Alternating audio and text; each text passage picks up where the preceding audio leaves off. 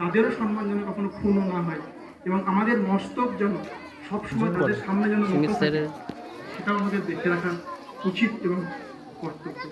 আমরা জানি আমাদের ভারতবর্ষ অতি বৈচিত্র্যময় দেশ। এখানে বৈচিত্র্য সংস্কৃতি রয়েছে, বৈচিত্র্য ঐতিহ্য রয়েছে, এবং এই বৈচিত্র্যময় ঐতিহ্য এবং বৈচিত্র্যময় সংস্কৃতির মধ্যেও জাতি, বর্ণ, ধর্ম নির্বিশেষে সবাইকে কিভাবে ঐক্যতা এক টানের মধ্যে, একটি টানের মধ্যে যাতে রাখা যায়, দেখা উচিত আমাদেরকে, আমাদের শিক্ষকদেরকে দেখা উচিত, এবং আমরা সেটা একটা প্রচেষ্টা করছি।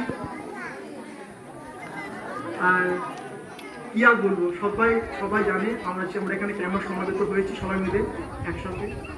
আমার কিছুই নেই, এখানে আমি শেষ করছি।